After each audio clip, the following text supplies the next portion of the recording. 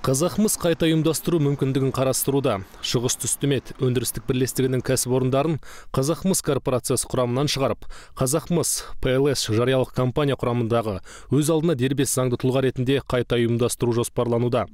Ақтоғай мен Бозшакөл кеніштері мен Бозымчақ алтын мен кен кеніші де жариялық компания құрамында қалады.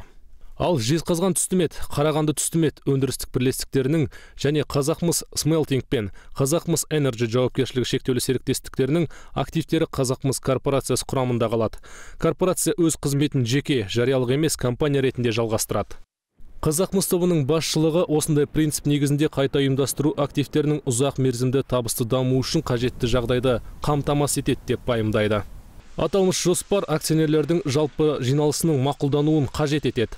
Ал ықтимал қайта ұйымдастыру жөніндегі шаралардың кейбіреулері, соның ішінде жер қойнауын пайдалану құқығын беру мәселесі реттеуші органдарда келісілуі тиіс. Кәсіпорындар жабылмайды, еңбек ұжымы қысқартылмайды және еңбек шарты өзгеріске ұшырамайды деп жоспарлануда. Топты қайта ұйымдастыру жөнінде толық ақпарат алу үшін басшыңызбен сөйлесіңіз немесе біз Қазақмыс порталына кіріңіз. Сұрақтарыңызды reorg@қазақмыс.kz мекенжайына жолдауыңызға болады.